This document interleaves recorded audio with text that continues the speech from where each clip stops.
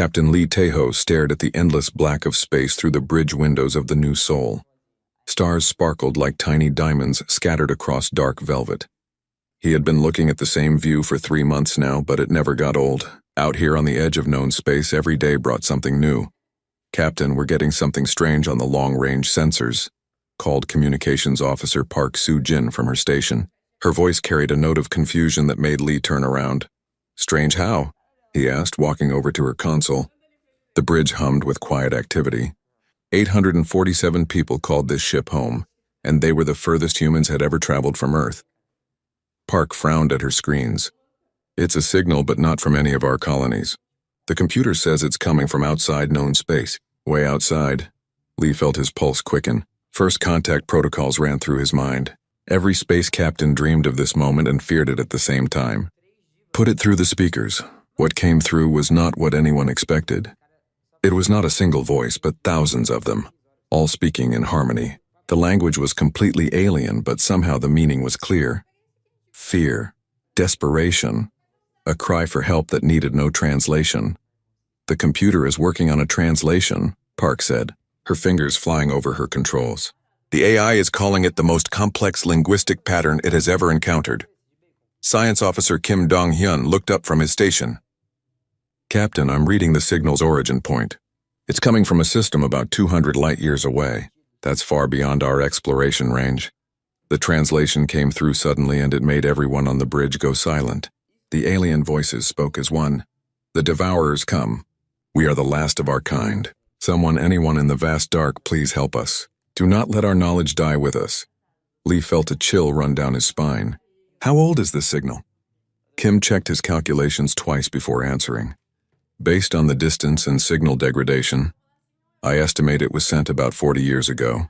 If they were in immediate danger, then—" He did not need to finish. Everyone understood. The aliens who sent this message were probably dead. "Captain," Park said quietly, "there's more. The signal contains massive amounts of data. Star charts, scientific information, cultural records. It's like they were trying to send their entire civilization's knowledge into space." The bridge fell silent except for the soft hum of the ship's systems. Lee walked to the center of the bridge and looked at his crew. These were good people who had volunteered for a mission that would keep them away from home for years. They trusted him to make the right decisions. "Nari," he said to the ship's AI, "what are the chances of reaching that system?" The AI's voice came from the speakers, warm and slightly accented like a friendly teacher. The crew had grown attached to Nari over their long journey. "Captain, it would require our longest hyperspace jump ever. We have enough fuel, but it would use most of our reserves. The return trip would be challenging." Engineer Choi Yun-soo spoke up from the engineering station. "Captain, I should mention something. While Park was receiving that signal, I detected some unusual energy readings in hyperspace. Something big is moving out there. Really big." Lee felt his stomach drop. "Moving toward what?" "Toward the same system the signal came from," Choi said. "Whatever it is, it has a massive energy signature. Unlike anything in our databases." Navigator Song Ji-young pulled up a 3-dimensional map of the local area. Red dots marked known human colonies. Blue showed explored systems, and green indicated the source of the alien signal. A pulsing yellow indicator showed the unknown energy signature moving steadily toward the green dot. "Captain," Song said, "if I'm reading this right, that unknown contact will reach the alien system in about 6 months. We could get there in 3 if we push our engines hard." Medical Officer Yu Seoa looked concerned. "Captain, what if this is a trap? What if these aliens are trying to lure ships to their system?" Lee considered this. It was a valid concern, but something about the signal felt genuine.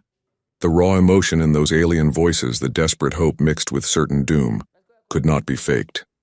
"Nari, in your analysis of the signal, do you detect any deception?" The AI was quiet for a moment, processing. "Captain, the emotional patterns in the transmission suggest genuine distress. The data they included contains no hidden programs or viruses. If this is a deception, it is beyond my ability to detect." Lee made his decision. "Plot a course for that system. Maximum safe speed." "Sir," Tactical Officer Lim Hyun-jo said from his station, "shouldn't we report this to Earth first?" "Get orders from command." Lee shook his head. "By the time our message reaches Earth and they send a response, it will be too late. Whatever is heading toward that system will have arrived long before any help could come from home." Park looked up from her station. Captain, I'm still receiving the signal. It's on a loop, broadcasting continuously. They're still calling for help. The weight of responsibility settled on Lee's shoulders. They were just one ship, far from home, with a crew trained for exploration, not combat. But they were also humanity's only representative in this part of the galaxy. If Earth was going to make a good first impression on alien civilizations, this might be their only chance. All hands, this is the captain, Lee announced over the ship's communication system. We have received a distress signal from an alien civilization. We are going to investigate and offer what help we can. This is why we came out here, people. To explore, to learn, and to represent the best of humanity among the stars. As the new soul changed course toward the unknown, Lee could not shake the feeling that they were heading into something much larger than a simple rescue mission. The universe was about to teach humanity that they were not alone, and that with neighbors came responsibilities none of them had ever imagined. The alien voices continued their desperate call across the darkness, and for the first time in 40 years, someone was finally answering. The new soul dropped out of hyperspace with a shudder that ran through every deck. Captain Lee Tae-ho gripped his command chair as the ship's artificial gravity adjusted to normal space. What appeared on the main screen made the entire bridge crew fall silent. Where 12 planets should have orbited twin yellow suns, only debris remained. Massive chunks of rock and metal drifted in slow, endless circles around the stars. Some pieces were as large as mountains, others no bigger than a person's fist. All of it glowed with the reflected light of the two suns, creating a graveyard that stretched across billions of kilometers. My God, whispered Navigator Song Ji-young. What happened here? Science Officer Kim Dong-hyun was already running scans, his instruments working overtime to process the massive amount of data. Captain, I'm reading traces of artificial structures mixed in with the natural debris. These weren't just planets, they were inhabited worlds. Lee felt sick to his stomach. 12 entire planets destroyed. How many people lived here? Based on the size of the debris fields and the traces of cities I'm detecting, I estimate the total population was somewhere around 50 billion individuals. Kim replied quietly. Communications Officer Park Soo-jin looked up from her station with tears in her eyes. Captain, the distress signal is still broadcasting. It's coming from one of the larger debris fields. Take us there, Lee ordered. Carefully. Full sensor sweep for any signs of life. As the new soul moved through the wreckage, the crew got their first real look at the civilization that had sent the desperate message. Floating among the broken pieces of worlds were fragments of buildings that had once been beautiful beyond imagination. Crystalline structures that caught and reflected light in patterns that seemed almost musical. Even destroyed, they were more elegant than anything humanity had ever built. Xenoarchaeologist Han Min-woo was practically bouncing in his seat with excitement, despite the tragic circumstances. Captain, request permission to take a survey team over to some of those structures. We could learn more about these people in a few hours than we could from years of studying their signal. Granted, Lee said, but be careful. We don't know what destroyed this place, and it might still be dangerous. 2 hours later, Han's team was floating through the remains of what had once been a vast library. Their magnetic boots clicked against metal floors as they moved through chambers that had once held knowledge from across the galaxy. Most of the crystal storage devices were cracked or missing, but a few remained intact. Captain, Han's voice crackled over the radio. You need to see what we found. Back on the ship, the crew gathered around the main display as Han uploaded his discoveries. The images that appeared showed a species unlike anything in human imagination. The aliens were tall and graceful, with long limbs and faces that somehow managed to be both completely foreign and strangely familiar. Their skin seemed to shimmer with the same crystalline quality as their buildings. They called themselves the Keepers, Han explained over the radio. Near as I can tell, they were scholars. Peaceful researchers who spent thousands of years collecting and preserving knowledge from younger species across this part of the galaxy. More images appeared. The Keepers had been master builders, creating cities that floated in perfect harmony with their world's natural environments. They had art that could only be described as music made visible, and music that painted pictures in the listener's mind. What happened to them? Lee asked. Han's voice grew grim. I found their final records. They called their attackers the Devourers. According to these logs, the Devourers don't just destroy civilizations, they consume them, strip entire worlds down to their basic elements, and use the material to build more of themselves. A new image appeared on the screen. It showed dark shapes moving between the stars, shapes that seemed to absorb light rather than reflect it. The keeper artist who had created this image had somehow captured the feeling of wrongness that these creatures carried with them. Navigator Song Ji-young was studying the trajectory data Han had found. Captain, based on the Keeper's records, I can track the path of destruction the Devourers took through this system. They didn't attack randomly. They followed a pattern. What kind of pattern? Lee asked. Song's face was pale as she answered. They're moving toward the galactic core, toward the most densely populated area of space. And based on their speed and direction, they're heading straight through human space to get there. Medical Officer Yu Seo-ah looked up from treating several crew members who had returned from the debris field. Captain, I'm seeing symptoms I've never encountered before. The crew members who spent time near the alien structures are experiencing what they describe as cosmic vertigo. It's like their minds are having trouble processing the scale of what happened here. Lee understood the feeling. Standing on the bridge of humanity's most advanced starship, surrounded by the remains of a civilization that had been building cities when humans were still learning to use fire, made a person feel very small and very young.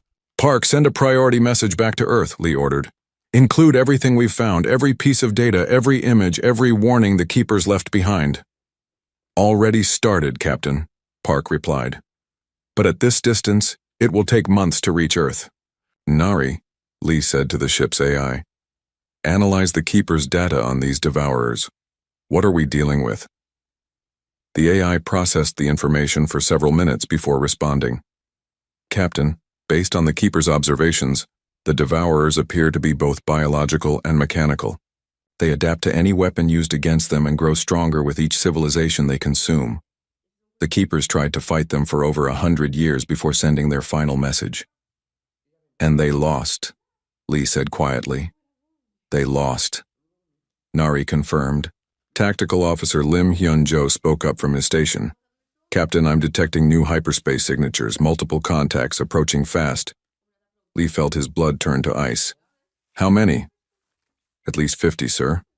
Maybe more. They'll be here in less than an hour. The bridge erupted in controlled chaos as the crew prepared for whatever was coming. Lee stared at the beautiful, tragic remains of the Keeper civilization and made a decision that would change the course of galactic history. All hands, battle stations. We're about to meet the Devourers face to face, and we're going to show them that humanity doesn't run from bullies no matter how big they are. As alarms began to sound throughout the ship, Lee could not help but wonder if they were about to become the next civilization to send a desperate message into the dark, hoping someone would hear and care enough to help. The Devourers arrived like a nightmare made real. Captain Lee Tae-ho watched on the main screen as dark shapes emerged from hyperspace, each one the size of a city. They moved wrong somehow, flowing through space like liquid metal mixed with living flesh. The sight made several crew members physically ill. Captain, Communications Officer Park Soo-jin said with a shaking voice, I'm receiving a priority transmission from Admiral Kwon Jae-sung. The Earth Defense Fleet is mobilizing, but they're still 3 weeks away. Lee gritted his teeth. 3 weeks might as well be 3 years. Tell the Admiral we'll hold position as long as possible and gather intelligence on the enemy. The first Devourer ship was close enough now to see clearly. It looked like someone had taken a starship and infected it with a disease that made metal grow like cancer. Twisted spines jutted from its hull, and patches of what looked like skin pulsed with an unhealthy green light. Worst of all, it seemed to be aware of them, turning to face the new soul like a predator noticing prey. Tactical Officer Lim Hyun-jo checked his weapons systems. Captain, should I target the lead ship? Negative. We're here to observe and learn. 1 ship against 50 is suicide. But the Devourers had other plans. The lead ship suddenly accelerated toward them, moving faster than anything that size should be able to move. Smaller shapes detached from its hull like parasites swarming toward the human vessel. Evasive maneuvers, Lee ordered. All power to shields! The new soul banked hard to starboard. its artificial gravity straining to keep up. The Devourer fighters followed, their movement so fluid they seemed to be swimming through space rather than flying. Engineer Choi Yan-su's voice came over the intercom from the engine room. "Captain, these things are adapting to our engine emissions. Every time we change course, they predict our next move faster." One of the fighters got close enough to fire.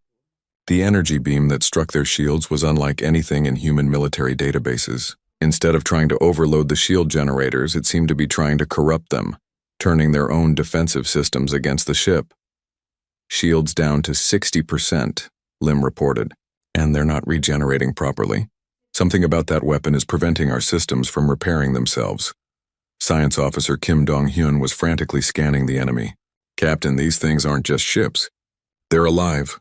The hull, the weapons, even the engines show biological signatures mixed with artificial technology." A second fighter scored a hit, and this time the damage was visible. A section of the New Soul's hull began to change color, turning the same sickly green as the Devourer ships. "It's spreading," Choi reported from engineering. "Whatever they hit us with is converting our hull material into something else. If I can't stop it, it'll reach the life support systems in 10 minutes. Lee made a desperate decision. "All stop. Cut all power except life support. Maybe they'll think we're dead." The New Soul went dark, floating helplessly among the debris of the Keeper civilization. The Devourer fighters circled them like sharks, but they seemed confused by the sudden lack of activity. "Captain," whispered Navigation Officer Song Ji-young, "long-range sensors are picking up more hyperspace signatures." "A lot more." Lee closed his eyes. If more Devourers were coming, they were finished. But when the new arrivals dropped out of hyperspace, they weren't Devourers.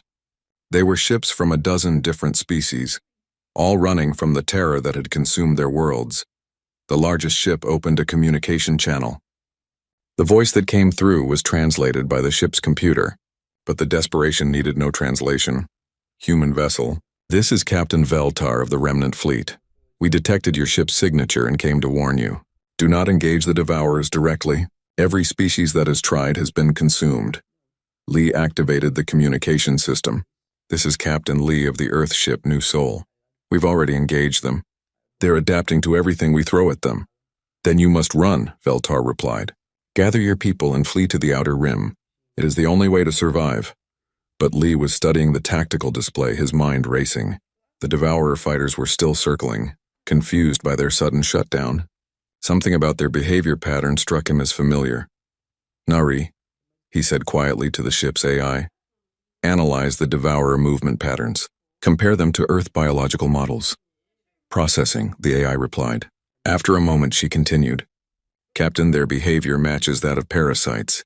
They are designed to consume and convert, but they seem to have difficulty with systems that are completely shut down." Engineer Choi's voice came from the engine room. "Captain, I've been studying the hull corruption where they hit us. It's trying to quantum entangle with our ship's systems, but quantum entanglement requires active energy signatures to lock onto." Lee felt a spark of hope. Humanity's greatest strength had always been their ability to adapt and think outside the box. Every other species the Devourers had encountered probably fought them with conventional weapons and tactics. "Choi, can you create a quantum disruption field? Something that would interfere with their entanglement process?" "Maybe," Choi replied, "but it would be dangerous. The field would have to be generated from inside the ship, and the operator would have to quantum entangle their consciousness with the weapon system to control it properly." Volunteer pilot Ryu Haiwan spoke up from his fighter bay. "Captain, I'll do it. Someone has to test this theory, and fighter pilots are expendable." "You're not expendable to me," Lee said firmly, "but if you're volunteering, we'll try it. Choi, work with Ryu to modify his fighter." 20 minutes later, Ryu launched in a fighter that had been hastily modified with quantum disruption technology. As he approached the nearest Devourer ship, Lee held his breath. "Here goes nothing," Ryu said over the radio. Then his voice changed, becoming strangely distant. "Activating quantum field. I can feel their network. Captain, they're all connected like a hive mind, and they're hungry. So incredibly hungry." The quantum torpedo Ryu fired struck the Devourer ship, and something amazing happened. Instead of adapting to the attack, the creature writhed in apparent agony. Parts of its biomechanical hull began to shut down and fall away. "It worked," Lim shouted from the tactical station. The quantum disruption is causing cascade failures in their systems. But Ryu's fighter was drifting now, and when his voice came over the radio again, it was different. Captain, the entanglement process changed me. I can still feel their network. They're not invaders from another galaxy. They're from this one. They were created by someone called the Architects as a galactic immune system. Immune system against what? Lee asked. Against species that might threaten the galaxy itself, Ryu replied. But something went wrong. They exceeded their programming and decided that all sentient life was a threat. They even consumed their creators. The new soul powered up again, her quantum-enhanced weapons ready. Around them, the refugee fleet watched in amazement as humanity scored the first victory against the Devourers in over 1,000 years. Lee opened a channel to the entire fleet. All ships, this is Captain Lee. We've found a way to fight them. But it's going to take all of us working together. Who's ready to show these things that the galaxy isn't ready to die? The response came from dozens of species in dozens of languages, but the meaning was the same. For the first time since the Devourers appeared, the prey were ready to become the hunters. Admiral Lee Tejo stood on the bridge of the massive arc ship Sol Prime, watching the tactical display that now showed the entire galaxy. Red zones marked areas consumed by the Devourers. Blue zones showed where the Allied fleet had successfully pushed them back. The war had been raging for 8 months, and the map looked like a disease spreading across the stars. The Sol Prime was a miracle of desperate engineering, built from the salvaged remains of dozens of human ships and alien vessels. It housed over 1 million beings from 30 different species. It had become the mobile capital of the galactic resistance, and Lee was still getting used to the weight of command. Admiral, Communications Officer Park Soo-jin called from her expanded station. We're receiving reports from the Ghost Rider Squadron. They've successfully disabled 3 more Devourer nodes in the Kepler sector. The Ghost Riders were humanity's quantum-linked pilots, led by Ryu Haiwan. The quantum entanglement process that allowed them to fight the Devourers had changed them in ways nobody fully understood. They could sense the Devourer network across vast distances and strike at critical points with surgical precision, but the process was taking a toll. Several pilots had already been lost when their consciousness became too scattered across quantum space to find their way back to their bodies. Science Officer Kim Dong-hyun looked up from his research station. Admiral, I've been analyzing the pattern of Devourer responses to our quantum weapons. They're learning, but not in the way we expected. Instead of adapting to our technology, they're trying to adapt to our minds. What do you mean? Lee asked, though he was afraid he already knew. They're attempting to quantum entangle directly with human consciousness. Every time our pilots link with the weapon systems, the Devourers try to follow the connection back to its source. As if summoned by their conversation, Ryu's voice came over the communication system. But something was wrong with it. It echoed strangely as if he was speaking from inside a vast cavern. Admiral, I'm deep in Devourer space now. I can see their central network. It's massive, bigger than a moon, located at the galactic core. But I'm seeing something else. The Devourers are confused. They're trying to process human emotions, and it's causing errors in their programming. Engineer Choi Yeon-soo looked up from her engineering station with concern. Admiral, Ryu's quantum signature is becoming unstable. If he goes much deeper into their network, we might lose him permanently. Lee felt the familiar weight of command decisions. Every choice meant life or death for thousands of people. Ryu, pull back. We need you to return safely. Negative, Admiral. I can see their weakness now. The Architects programmed them to eliminate threats to galactic stability, but they never programmed them to handle concepts like hope, sacrifice, or defiance. When they try to quantum entangle with human minds, they encounter emotions so foreign to their purpose that it creates cascade failures. Dr. Oh Kyung-mi, the fleet's chief quantum physicist, was frantically working at her station. Admiral, I'm reading massive quantum fluctuations from the galactic core. Something big is happening to the Devourer network. The main display flickered and changed, showing a view from Ryu's fighter as he approached the Devourer central node. It was enormous, a biomechanical structure that pulsed with dark energy. Smaller Devourer ships moved around it like antibodies protecting a vital organ. My God, whispered Navigator Song Ji-young. How many ships is that? Kim ran a quick scan. I estimate over 10,000 Devourer vessels in that area. It's their entire remaining fleet. Ryu's voice came through again, more distant than ever. Admiral, I can see the truth now. The architects created the Devourers because they were afraid that younger species would grow too powerful and threaten the stability of the galaxy. But the Devourers became exactly what the architects feared most. Medical Officer Yu Seoa was monitoring Ryu's vital signs from across space through the quantum link. His brain patterns are becoming increasingly erratic. Admiral, we're losing him. But Lee had an idea. A desperate, probably insane idea, but it might be their only chance. Nari, can you establish a quantum link with Ryu's consciousness? The ship's AI was quiet for a moment. Over the months of war, Nari had evolved far beyond her original programming.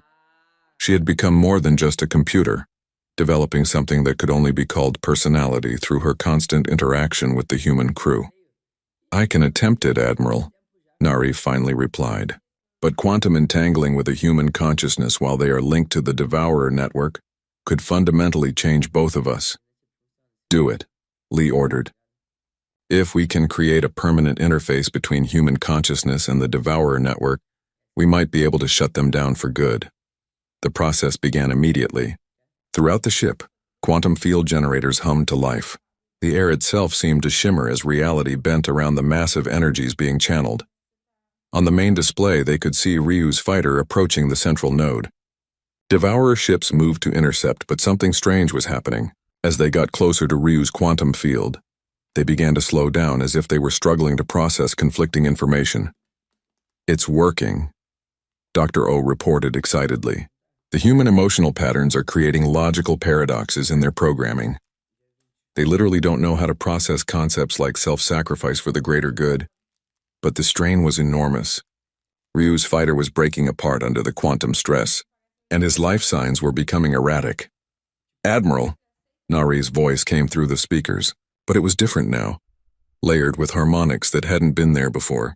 I have established contact with Pilot Ryu.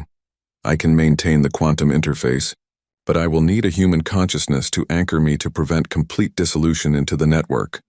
Lee understood what she was asking. Someone would have to quantum entangle their consciousness permanently with both Nari and the Devourer network. It would mean giving up their individual existence to become something new, something that existed between human and machine. Without hesitation, Lee walked to the quantum interface chamber that Dr. O had been preparing. I'll do it. The crew of the New Soul started this mission and will finish it. Admiral, no, Park protested. There has to be another way.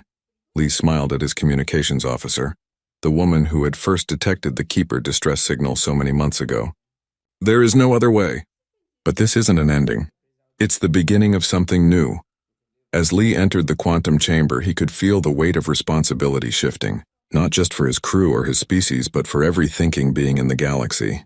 The Devourers had been created to protect the galaxy from chaos, but they had become chaos itself. It was time for a new kind of guardian. The quantum field activated, and Lee felt his consciousness expanding across space, linking with Nari and through her to Ryu, and through him to the vast hungry network of the Devourers. For a moment he experienced the universe from their perspective, seeing every world, every species, every individual life as either a threat to be eliminated or a resource to be consumed. But he also brought something they had never encountered, the human capacity to see every life as precious, every species as having the right to grow and learn and reach for the stars. The Devourer network began to convulse as conflicting programming tore through their quantum connections. Across the galaxy, Devourer ships suddenly stopped attacking and began shutting down, their biomechanical systems unable to reconcile their original purpose with the new concepts flooding their network. The war was ending, but the real work was just beginning. Communications Officer Park Soo-jin stood alone on the bridge of the Sol Prime, her fingers hovering over the transmission controls. Around her, the massive arc ship hummed with the quiet activity of 1 million beings from dozens of species, all working together to rebuild what the Devourers had nearly destroyed. It had been 6 months since Admiral Lee and Nari had quantum-linked with the Devourer network. 6 months since the galaxy-wide silence that marked the end of the war. The central node at the galactic core still pulsed with energy, but now it served a different purpose. Instead of coordinating destruction, it had become the heart of a new early warning system that would ensure no species would ever again face extinction alone. Park, came a familiar voice from the speakers. but it was layered now with harmonics that made it sound like multiple people speaking in perfect harmony. It was Lee and Nari, their consciousnesses permanently linked, existing in the quantum space between thought and machine. "Admiral," Park replied, still using his old title out of respect. "The memorial transmission is ready. Are you sure you want to do this?" "We're sure," the combined voice replied. "The galaxy needs to know what happened here. And the families back on Earth deserve to know that their loved ones didn't die in vain." Park activated the recording system and began the transmission that would be sent to every known inhabited world in the galaxy. She had practiced this speech dozens of times, but her voice still shook as she began. "To all beings of the galaxy, this is Communications Officer Park Soo-jin of the Earth vessel New Seoul, broadcasting from the Ark ship Seoul Prime. 1 year ago, we received a distress signal from the Keeper civilization, asking for help against an enemy they called the Devourers. We were the first to answer that call." On screens throughout the ship, beings from 30 different species watched as Park continued. Humans stood next to crystalline entities from the Rigel system. Gaseous beings from the Vega clouds shared space with mechanical intelligences from the Perseus arm, all of them united by their shared experience of nearly losing everything. The Devourers were not invaders from another galaxy. They were a weapon created by an ancient species called the Architects, designed to prevent any civilization from growing powerful enough to threaten galactic stability. But like all weapons, they eventually turned on their creators.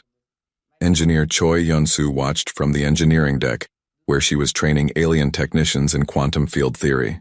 The technology that had saved them was being shared freely with all allied species, ensuring that future threats could be met with united strength. Humanity did not defeat the Devourers through superior firepower or advanced technology. We defeated them by refusing to accept that any species deserved to die simply for existing. We fought not just for our own survival, but for the right of every thinking being to grow, learn, and reach for the stars. Medical Officer Yu Seoa paused in her work, treating refugees from consumed worlds.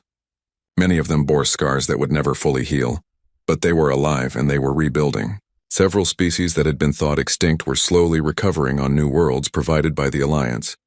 The cost was high. We lost good people, including our captain, Admiral Lee Tae-ho, and our ship's AI, Nari. But they did not die. They chose to become something new. Guardians of a quantum network that now protects the entire galaxy from existential threats.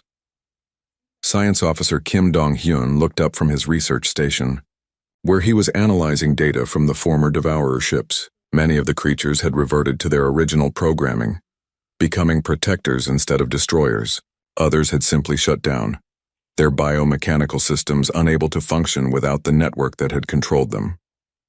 The Devourer fleet has been neutralized but not destroyed. Under the guidance of Admiral Lee and Nari, many have been reprogrammed to serve as protectors of developing civilizations.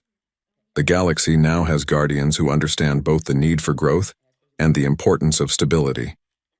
Tactical Officer Lim Hyun-jo commanded one of the new integrated fleets, where human quantum weapons were combined with alien defensive technologies and keeper knowledge preservation systems.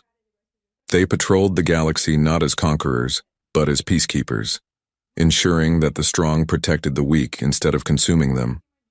But this is not just humanity's victory. Species from across the galaxy united in the face of extinction. The Rilani provided their advanced shielding technology. The Theron contributed their knowledge of biomechanical systems. The Kepler survivors shared their quantum research. Together, we proved that diversity is not a weakness to be eliminated, but a strength to be celebrated. Navigator Song Ji-young was plotting courses for the Great Resettlement fleets. Millions of beings displaced by the Devourer War were being relocated to new worlds, often in mixed-species colonies that would have been unthinkable before the crisis. The galaxy was being rebuilt not as a collection of isolated civilizations, but as a true community. The Keeper's final message asked for someone, anyone, to help them. They sent their desperate plea into the dark, hoping that somewhere in the vast galaxy someone would hear and care. Humanity heard that call, and in answering it we found our purpose among the stars. Park paused, looking at the quantum interface chamber where Admiral Lee had made his final sacrifice. Sometimes she could swear she could feel his presence, watching over them all through the quantum network that now connected every major star system in the galaxy. This is our message to future generations. You are not alone in the dark. If you send out a call for help, someone will hear it. Someone will answer. The galaxy is vast and full of wonders we have yet to discover, but it is also full of friends we have yet to meet. Dr. Oh Kyung-mi was training a new generation of quantum physicists from a dozen different species. The science that had ended the war was being taught freely, ensuring that the knowledge would never be lost or hoarded by any one civilization. The quantum network that Admiral Lee and Nari maintain is more than just an early warning system. It is a testament to the power of sacrifice, the importance of unity, and the fundamental truth that every species has the right to exist and grow. When the next threat emerges, and there will always be next threats, the galaxy will face it together. Park looked around the bridge one last time, seeing the mixed crew of humans and aliens working side by side. This had become normal now. This cooperation between species that had once seemed impossible. To the families of the crew of the New Soul, your loved ones changed the course of galactic history. To the survivors of consumed worlds, your civilizations live on in the memories we preserve and the wisdom we share. To future generations who will inherit the galaxy we have protected, remember that the price of peace is eternal vigilance, and the reward for courage is a universe full of possibilities. The transmission ended, but its echoes would ripple across the galaxy for years to come. In the quantum space between dimensions, Admiral Lee and Nari continued their eternal watch, guardians of a galaxy that had learned the most important lesson of all. When someone calls for help in the darkness, the right answer is always, "We're coming." The Keepers had sent their desperate message into the void asking for salvation. Humanity had received it and responded not just with weapons or technology, but with something far more powerful.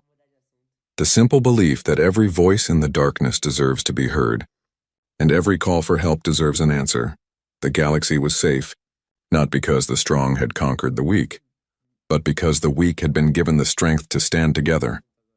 And in the vast network of quantum connections that now linked every world, every species, every thinking being, one message repeated endlessly: you are not alone. You are not forgotten. Help is coming always.